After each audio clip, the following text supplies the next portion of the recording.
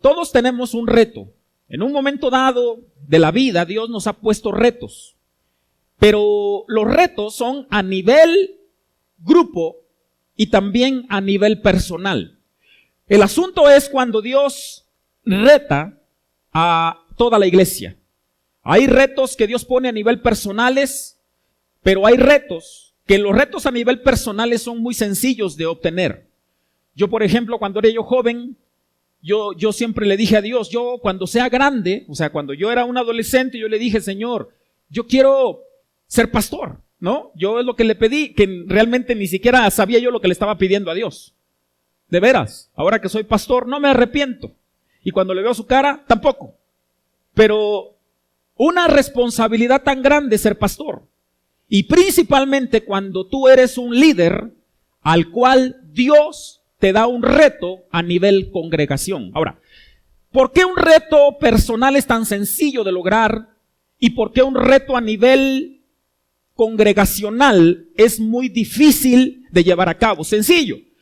Porque si nosotros ponemos un paralelo entre la vida espiritual y la vida material allá afuera, son dos cosas muy diferentes. Aquí podemos venir personas que decimos que amamos a Dios y somos discípulos, pero realmente, pueblo, cuando se trata de un reto que Dios pone a nivel congregacional, el asunto es muy difícil. ¿Sabe por qué? Porque la mayoría de la gente piensa diferente.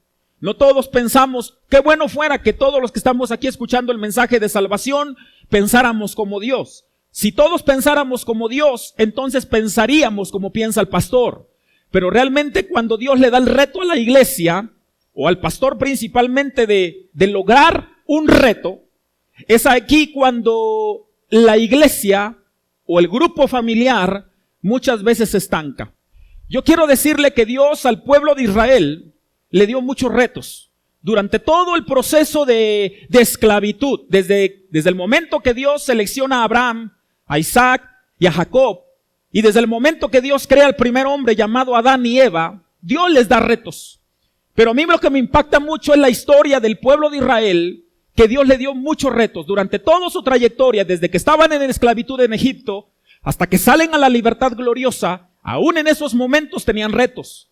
Y uno de los retos importantes es este. Yo quiero que veamos en Éxodo capítulo 34 para que usted podamos poner una base sólida a lo que hoy vamos a hablar y que usted pueda entender que cuáles son los retos que Dios nos ha puesto en este año o el año pasado o hace 3 años y por qué razón todavía no podemos lograrlos culminar. Y vamos a ver las contras y vamos a ver lo positivo también de estos retos, pero yo quiero decirle que Dios me ha dado una clave y la solución a muchas cosas que están sucediendo a nivel congregación. Y fíjate bien que dice la escritura, Éxodo 34, en el versículo 11. Y dice la escritura lo siguiente, pueblo amado, dice, guarda lo que yo te mando hoy.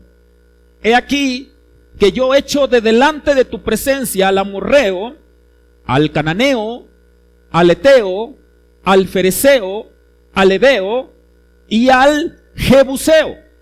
¿Sí? Otra vez lo vamos a leer. Echo fuera de delante de tu presencia al amorreo, al cananeo, al eteo, al fereceo, al heveo y al jebuseo. Pensé que decía suegroseo. No, ese es el jebuseo, ¿no? Jebuseo, guárdate de hacer alianza con los moradores de la tierra donde has de entrar, para que no sean tropezadero en medio de ti. Ahora, quiero decirle que desde el principio de la historia de la Biblia, Dios puso un reto al pueblo de Israel de echar fuera a 6 naciones, y aquí la Biblia nos habla de 6 naciones, pero esas 6 naciones siempre fueron naciones que se opusieron al caminar del pueblo de Israel. Dios, desde la antigüedad, porque ahorita vamos a entrar al tema principal, que es la historia de David y Goliat, de cómo Dios desde el principio siempre les puso el reto al pueblo de Israel. El reto era gobernar las naciones más grandes y más poderosas que el pueblo. Pero ese es el punto, ¿no? Que los retos siempre el pueblo de Israel los lograba y algunos no los lograba. Pero vamos a ver, pueblo, cuando Dios le daba un reto a nivel congregacional por medio del rey David al pueblo, ¿por qué muchas veces el pueblo se estancaba? ¿Por qué no avanzaba en los retos que Dios le había dado? Queremos entender, pueblo, que todos los retos que Dios le da al pueblo de Israel son gigantes. Nunca tú vas a ver un reto chiquito. Siempre, así una persona que salga, un niño que sale del kinder, o un niño que entra al kinder, tiene un reto, ¿no es cierto? Y el reto es, ya no llore, ya no va a estar tu mamita ahí, ¿verdad? Y cuando sean las 12 del día, tampoco llores, porque a veces las mamás llegan por uno a la 1 de la tarde. Entonces, imagínese usted, pueblo, el bebé cuando entra al kinder tiene un reto. Cuando el niño entra a la primaria, tiene otro reto, porque viene un nivel más grande de conocimiento. Cuando el niño sale de la primaria a la secundaria, viene otro reto, pueblo, porque ya como que los padres empezamos a soltar a los niños para que ellos ya se hagan responsables por sí solos. Y no me vas a dejar mentir, pero hay jóvenes que tienen 15 años, 16 años, que todavía no se saben desenvolver o poder platicar con la secretaria de la escuela, o simplemente los mandas un mandado y no quieren ir porque tienen un temor a hablar con un desconocido. Entonces, así los grados que tú vas cumpliendo, los años, así tú ya no vayas a la escuela, conoces a tu novia y viene el casamiento, bueno, viene otro reto. ¿Por qué? Porque ahora tú vas a entender que ya tus alitas están tan grandes que tú eres responsable de 5 bocas, de 6 bocas o de 7 bocas, así como le pasó al papá del rey David. Entonces, Dios le puso desde el principio un reto al pueblo de Israel. Y esos retos, pueblo, siguen vigentes todavía. ¿Dónde lo vemos? Bueno, lo vemos con el rey David. Dios le había dado un reto al pueblo de Israel también en 1 de Samuel 17. Ahora que ya vimos la introducción de los retos de los pueblos paganos que estaban delante de la nación de Israel, para que el pueblo de Israel no hiciera alianzas y el pueblo pudiera ser despuntado, pudiera avanzar. Entonces el pueblo siempre hizo alianzas con el pueblo enemigo y por eso el pueblo nunca prevalecía. Siempre Dios los exhortaba, si no había una mortandad, el pueblo obedecía, si no Dios lo disciplinaba, el pueblo se enderezaba, pero siempre Dios le dio un reto al pueblo y el pueblo no avanzaba. Lo primero que Dios le decía que no hiciera, eso hacía. Dios lo disciplinaba, Dios los mataba, Dios los exhortaba y entonces entendía el pueblo y podía avanzar, y una vez que avanzaban podían conocer gente nueva, tierras nuevas, bendiciones nuevas venían a su vida. Dice la escritura en 1 de Samuel capítulo 17, por favor, los filisteos juntaron sus ejércitos para hacer guerra y se congregaron en Soco, que es de Judá. Acamparon entre Soco y Aseca en Efes de Mim. También Saúl y los hombres de Israel se juntaron y acamparon en el valle de Ela y se pusieron en orden de batalla contra los filisteos.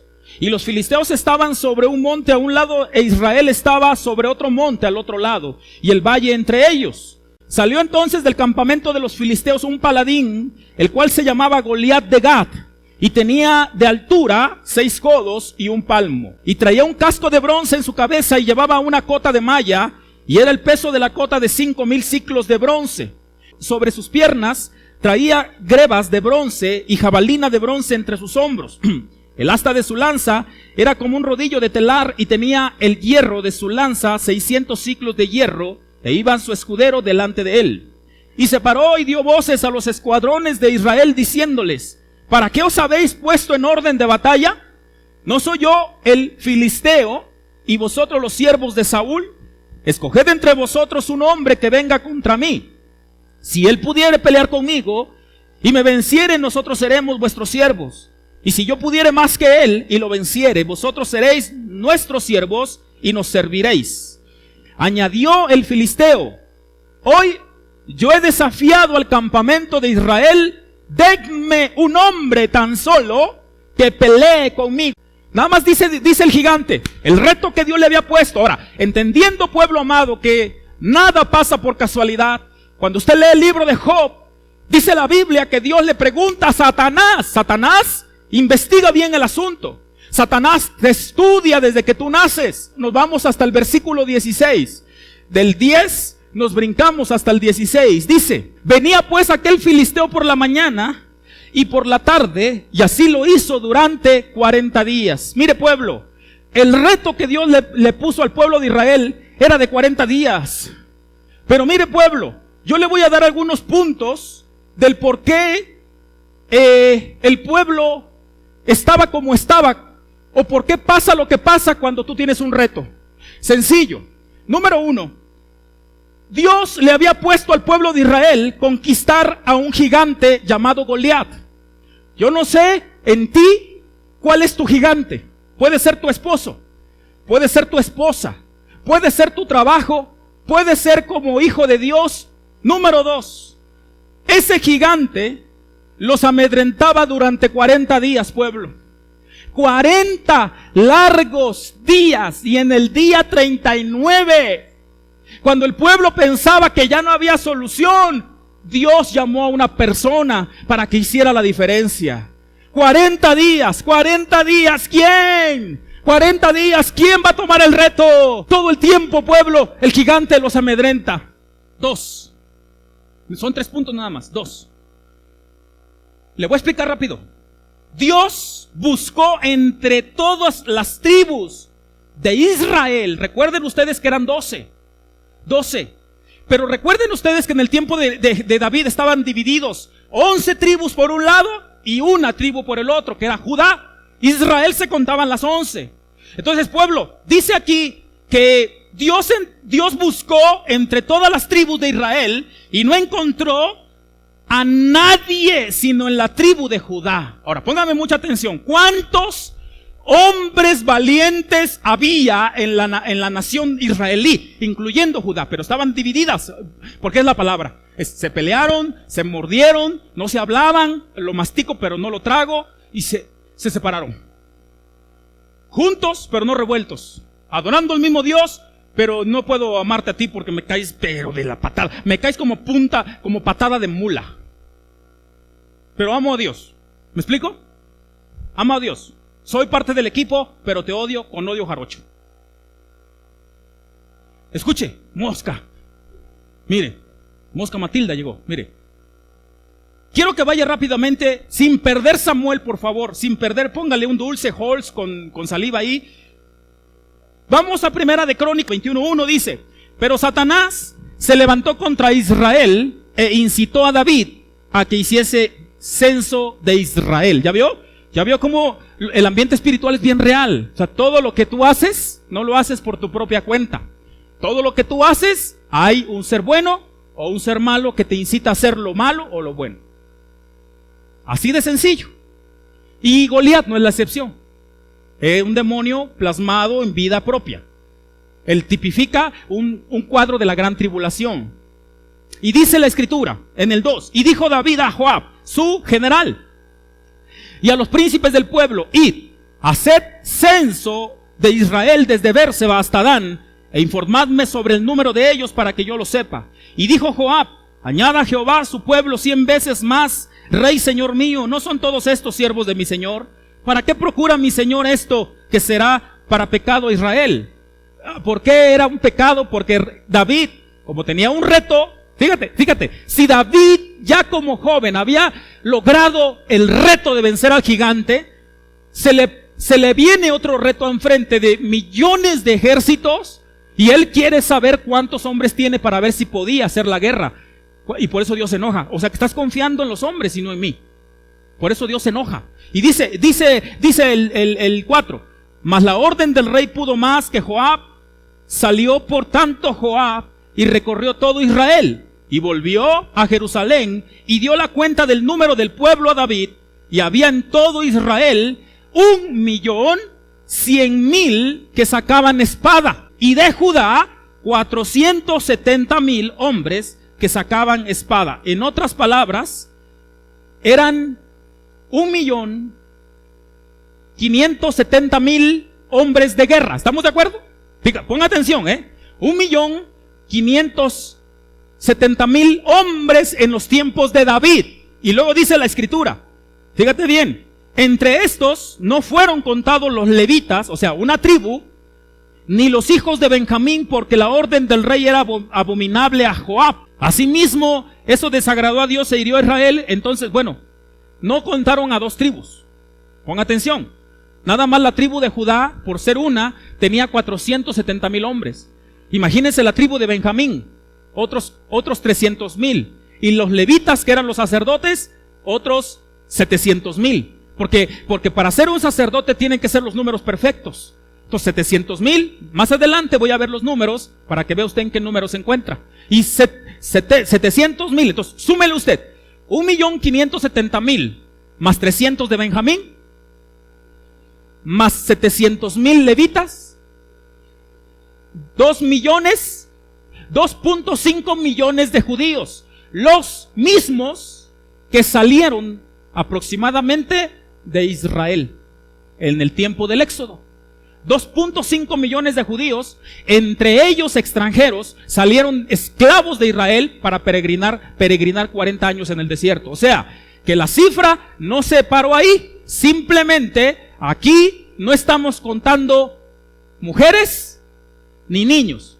Entonces imagínese usted, ¿cuántos? 2.5 millones de judíos, más las mujeres, porque ni uno era gay ahí. Entonces todos estaban casados, hombres de guerra que sabían agarrar una espada, también sabían agarrar una mujer. Entonces, 2.5 millones de judíos más 2.5 millones de mujeres son 5 millones de personas, sin contar niños. Y los judíos no creas que eran de que un hijo y ya nada más así porque la crisis está bien gacha. No.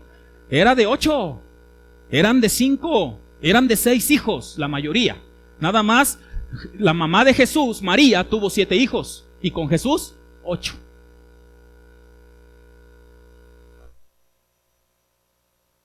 ¿Me explico? Entonces estamos hablando de una cantidad de gente que había en el tiempo de David.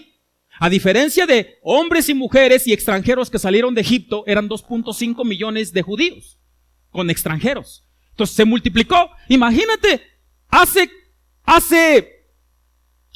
3,000 años aproximadamente, eran 5 millones de personas en el pueblo de Israel. Aquí en Puebla somos 3 millones.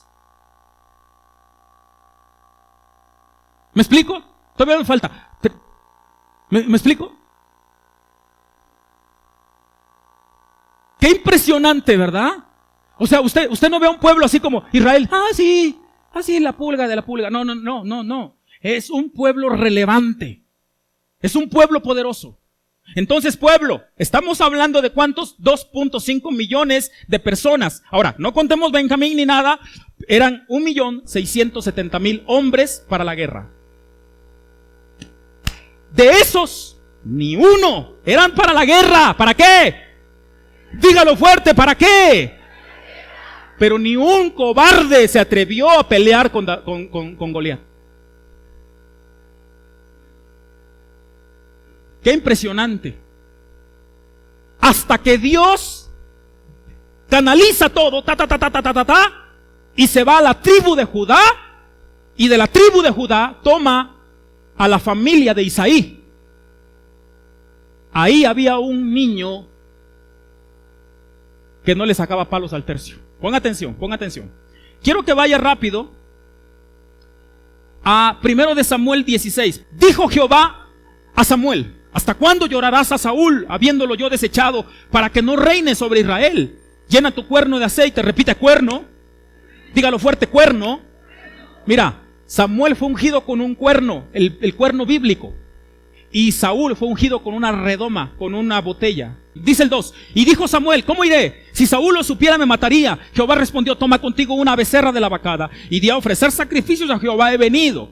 Y llama a Isaí. Dice el 4: hizo pues Samuel como le dijo Jehová, y luego que él llegó a Belén, los ancianos de la ciudad salieron a recibirle con miedo, y dijeron: ¿es pacífica tu venida?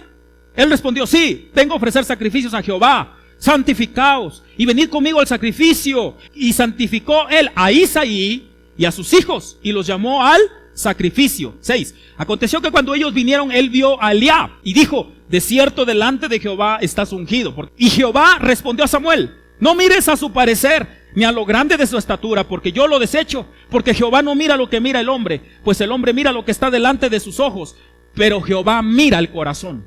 Entonces llamó Isaí a Aminadab, su segundo hijo, y lo hizo pasar delante de Samuel, el cual dijo: tampoco a este he escogido Jehová.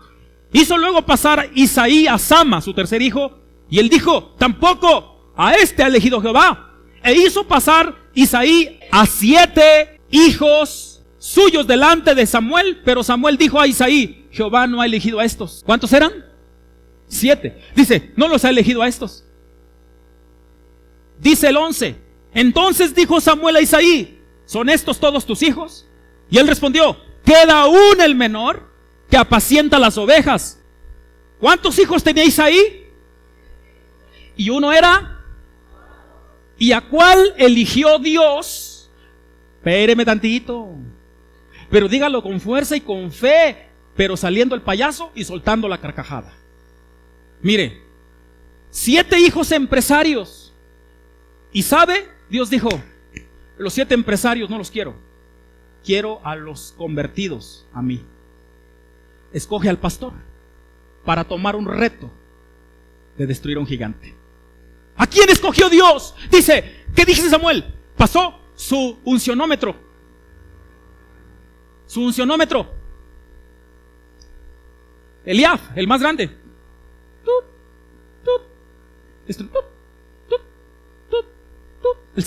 No. No. Se perdió el wifi. No. Otra vez. Estos no. Oye, ¿son todos tus hijos? No. Queda uno. ¿Y por qué a ese lo tienes aparte? Pues nomás. Fíjate bien, ¿no? Cuando los chavos: es que yo no coopero ni voy porque mi papá me odia. Pues también a David ni siquiera su papá lo llamó. ¿Me explico? Tú no tienes pretexto de no servirle a Dios ni hacer las cosas. Hasta que viene el joven y Samuel hace: ¿qué? Este es al que escogió Dios para el reto para la ciudad de Puebla. No escogió al de Chedraui, no escogió a los de Angelópolis, no escogió a los mejores empresarios de afuera, no, escogió a uno ungido.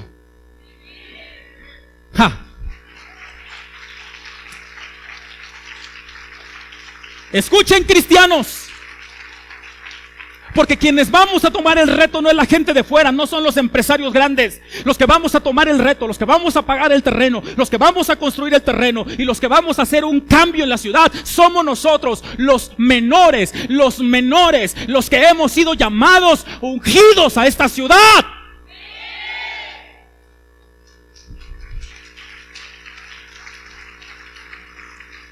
Por eso usted debe de hacer un cambio aquí en su mente. Porque si usted sigue con sus 20 pesos mensuales, no, ni para una caja de Whole Brands, ¿de qué los va a alcanzar? ¿Me explico? ¿Me explico, pueblo? ¿Sabe por qué? Porque este reto lo llevo a Tehuacán. En Tehuacán se va a comenzar ya una construcción. Y a partir del rato la mayoría de la gente va a firmar sus hojas de compromiso mensualmente. Porque queremos crecer. Todos queremos crecer. ¿Cuántos quieren? Miren, ¿cuántos quieren que su iglesia sea una iglesia grande? ¡Amén! ¿Cuántos quieren que su iglesia sea renombrada en la ciudad de Puebla y que vengan conferencistas grandes y poderosos? ¡Amén! ¿Y cuántos quieren tener butacas como el Cinépolis? El Cinépolis tiene mejores butacas que esas que usted se sienta y se queda dormido, y usted aquí se sienta y se le achatan todas las nalgas. ¿Sabe por qué? Porque eso es el reflejo de lo que usted da. Antes le tocó silla,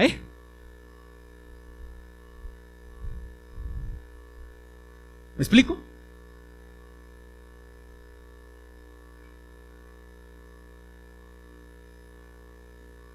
Sigo leyendo. 11. Entonces dijo Samuel a Isaí: ¿son estos todos tus hijos? Y él respondió: queda aún el menor, que apacienta las ovejas. Y dijo Samuel a Isaí: envía por él, porque no nos sentaremos a la mesa hasta que él venga aquí. 12. Envió pues por él y le hizo entrar, y era rubio, hermoso de ojos y de buen parecer. Entonces Jehová dijo: levántate y úngelo, porque este es. ¿A quién escogió Dios para tomar el reto? Al ungido, a los ungidos. Al ungido, al pastor de los ungidos. Otra vez, dígalo. Dígalo. Dios escogió al ungido. No, Dios escogió al pastor de los ungidos. ¿Para qué? ¿Para qué? Sencillo, para avanzar y para salir del estancamiento en el cual se encontraban. ¿Yuhu? ¿Me está entendiendo?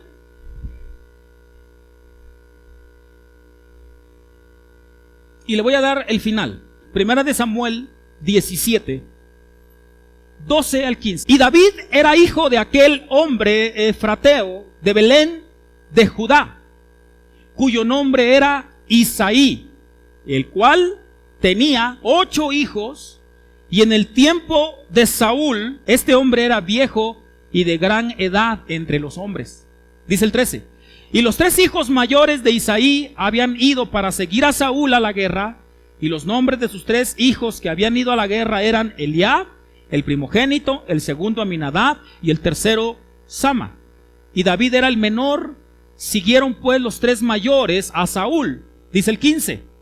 Pero David había ido y vuelto, y dejando a Saúl para apacentar las ovejas de su padre en Belén. Según la Biblia, David le da la victoria al pueblo y cumple el reto que Dios había dado al pueblo de avanzar y no detenerse. Mire, ¿cuántos hijos tenía Isaí? 8. Pero cuando Samuel los manda a llamar, dice que eran ¿qué? 7. ¿Cuántos? Míreme todos. ¿Cuántos eran? ¿Por qué llamó a 7 y no llamó al menor? Ponga atención, escúcheme. Porque estamos en el número 7. El número 7, póngame atención, el número 7 es un número de descanso. En 6 días creó Dios los cielos y la tierra, y en el 7º descansó. O sea, el 7º es una preparación. Es una planeación. Mientras que el número 8, póngame atención, es número de cumplimiento. Nosotros como iglesia tenemos 8 años. Tenemos 8 años. Significa que llegó el tiempo, pueblo amado, que se cumpla lo que Dios ha provocado a esta casa. Pero no se va a cumplir por cuestión de magia, se va a cumplir por los ungidos. Pero, tristemente, muchos, la mayoría, están en el número 6. Escúcheme, el 7 es descanso, preparación, planeación. ¿Me explico? 8, tiempo de cumplimiento. Por eso David, que es el 8º hijo, tomó el reto y venció al gigante, y entonces avanzaron.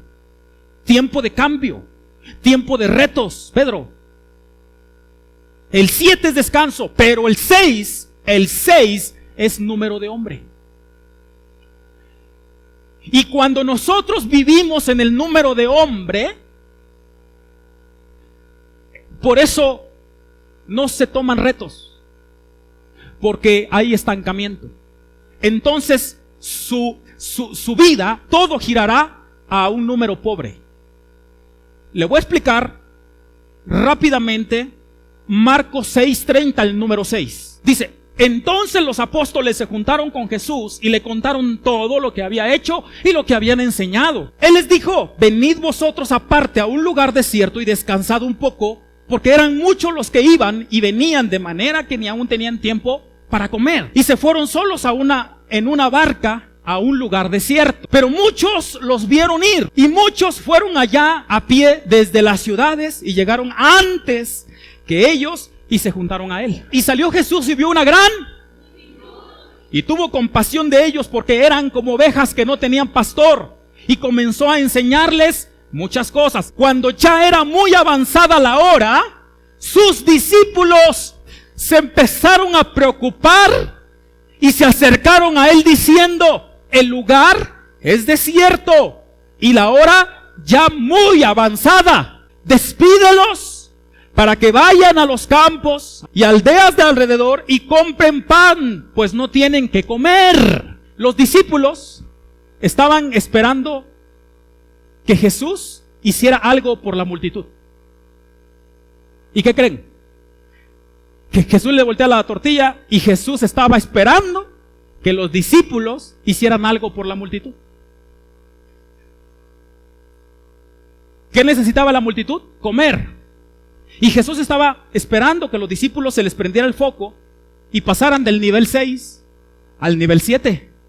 Para que en el nivel 7 se les diera una instrucción para el cumplimiento en el número 8. ¿No me está entendiendo? Jesús esperaba que los discípulos pasaran del nivel 6 al nivel 7 de descanso y de instrucciones. Y luego del 7 pasaran al 8, al tiempo de cumplimiento, al tiempo del ungido, al tiempo de cambiar mi mentalidad de hombre y hacerla sobrenatural. ¿Me están entendiendo? Dice, respondiendo él les dijo, dadles vosotros de comer. Ellos le dijeron, que vayamos y compremos pan por 200 denarios y les demos de comer. Termino. 17 al 37. Primero de Samuel 17 al 37. Dice, y dijo Isaí a David su hijo, toma ahora para tus hermanos una efa de este grano tostado y estos 10 panes. Llévalo pronto al campamento a tus hermanos. Y estos 10 quesos de leche los llevarás al jefe de los 1000. Y mira si tus hermanos están buenos y toma prenda de ellos. Y Saúl y ellos y todos los de Israel estaban en el valle de ¿qué? De Ela, ¿sí? Peleando contra los filisteos. Se levantó pues David de mañana y dejando las ovejas al cuidado de un guarda, se fue con su carga como Isaí le había mandado. Y llegó al campamento cuando el ejército salía en orden de batalla y daba el grito de combate. Y se pusieron en orden de batalla Israel y los filisteos ejército frente a ejército. Entonces David dejó su carga en mano del que guardaba el boyaje y corrió al ejército. Cuando llegó, preguntó por sus hermanos si estaban bien. Mientras él hablaba con ellos, he aquí que aquel paladín que se ponía en medio de los dos campamentos, que se llamaba Goliat, el filisteo de Gat, salió de entre las filas de los filisteos y habló las mismas palabras. ¿Y las oyó quién? Las oyó David. ¿Quién las oyó? ¿Quién era David? El ungido. ¿De quién? De las ovejas. ¿Quién lo oyó? Lo oyó David. 24, vamos rápido, 24. Dice, y todos los varones de Israel que veían a aquel hombre huían de su presencia y tenían gran temor. Y cada uno de los de Israel decía, ¿no habéis visto aquel hombre que ha salido? Él se adelanta para provocar a Israel. Al que le venciere el rey y eximirá de tributos a la casa de su padre en Israel. 26. Entonces habló David a los que estaban junto a él diciendo, ¿qué harán al hombre que venciere a este filisteo y quitare el oprobio de Israel? Porque ¿quién es este filisteo incircunciso para provocar a los escuadrones del Dios viviente? Fíjate, 27. Y el pueblo le respondió las mismas palabras diciendo, así se hará al hombre que lo venciere. 28. Y oyéndole hablar Eliab a su hermano mayor con aquellos hombres, se encendió en ira contra David y dijo, ¿para qué has descendido acá? ¿Y a quién has dejado aquellas pocas ovejas en el desierto? Yo conozco tu soberbia y la malicia de tu corazón, que para ver la batalla has venido. Ahora, ¿tenía razón Eliab? Se equivocó horrendamente, porque quien lo mandó a David fue su papá. 29. David respondió, ¿qué he hecho yo ahora? ¿No es esto mero hablar? Apartándose de él hacia otros, preguntó de igual manera y le dio al pueblo la misma respuesta de antes. O sea, confirmó 3 veces lo que le iba a dar el rey. 31. Fueron oídas las palabras que David había dicho y las refirieron delante de Saúl. Y él lo hizo venir. Y dijo David a Saúl, no desmaye el corazón de ninguno a causa de él. Tu siervo irá y peleará contra este filisteo. Dijo Saúl a David, ¿no podrás tú ir contra aquel filisteo para pelear con él? Porque tú eres muchacho y él un hombre de guerra desde su juventud. David respondió a Saúl, tu siervo era pastor de las ovejas de su padre. Y cuando venía un león o un oso, tomaba algún cordero de la manada, salía yo tras él y lo hería y lo libraba de su boca Y si se levantaba contra mí, yo le echaba mano de la quijada, lo hería y lo mataba. Fuese león o fuese oso, tu siervo lo mataba. Y este filisteo incircunciso será como uno de ellos, porque ha provocado al ejército del Dios viviente. ¿Quién era David?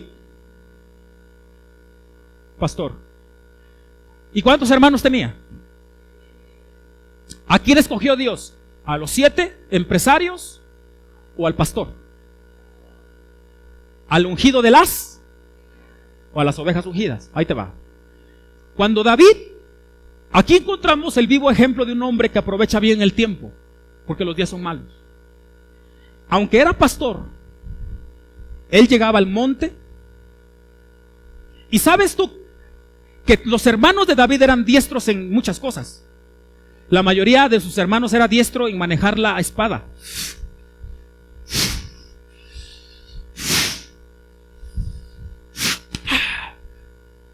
Eran diestros. Y como hombres diestros, sabían trabajar la herrería. Le sacaban filo a las espadas.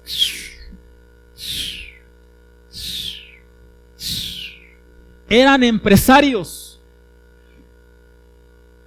pero se dedicaban a su empresa nada más. Y por eso Dios no los llamó a ellos, sino que llamó a un hombre pastor de las ovejas. Yo, antes de ser pastor, yo era un drogadicto, yo era un ladrón, pero también yo tuve un oficio. Y mi oficio fue ser técnico, o es técnico en mantenimiento general. Le damos mantenimiento a bombas, motores, soy técnico. Electricidad, 220, 440, lo que sea. Por eso yo, cuando tú trabajas en el terreno, yo me identifico mucho contigo. Porque yo hacía lo mismo. A lo mejor yo no cortaba ni nada, pero sí mandaba yo a hacerlo. Pero mire, pueblo, pero David, aunque era un pastorcito, que él era diestro en la onda, sus hermanos eran herreros. David tenía un trabajo, y su trabajo era cazar. Y en el momento que llega la pelea, dice, cuando venían las ovejas o los osos, yo agarraba de mi trabajo, no de pastor. Yo dejaba a las ovejas, y agarraba yo lo que bien sabía yo hacer. Y con eso que yo sabía yo hacer, albañil, plomero, soldador, eso, hacía, eso me daba la victoria a mi ministerio.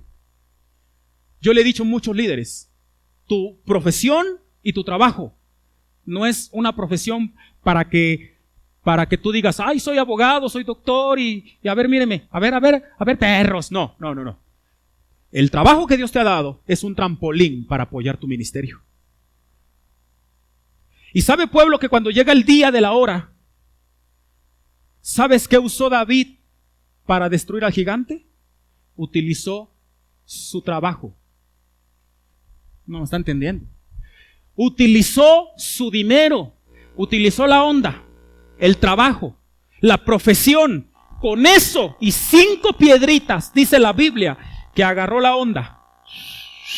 Y ese día dice, tú vienes a mí con palos y palos, con perros y palos, pero dice, yo vengo a ti en el nombre de Jehová. Y agarró su oficio, agarró su trabajo, y con su trabajo, dice la Biblia que la piedra que llevaba se le enterró al gigante en la frente, y el gigante cayó.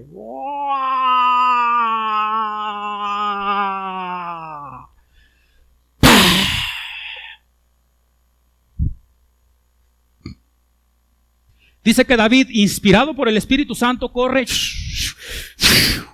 agarra la espada, cae como el hombre araña, agarra la espada y ¿a cuánto medía la espada? Tremendo. En el nombre del Señor. Y dice la Biblia que le cortó la cabeza al gigante. Y el pueblo filisteo, Cuando vieron que su paladín, su gigante, su bloqueo, que por 40 días le había puesto al pueblo de Israel, se desboronó como una galleta gamesa, reaccionaron y dijeron: el Dios Altísimo está con nosotros. Y dice que corrieron y todo el ejército empezó a corretear a los filisteos y los mataron. Y ese día Dios les dio la victoria a un hombre que, aunque era pastor de ovejas o era cristiano, pero supo utilizar sus recursos para hacer caer y tomar el reto que Dios les había entregado.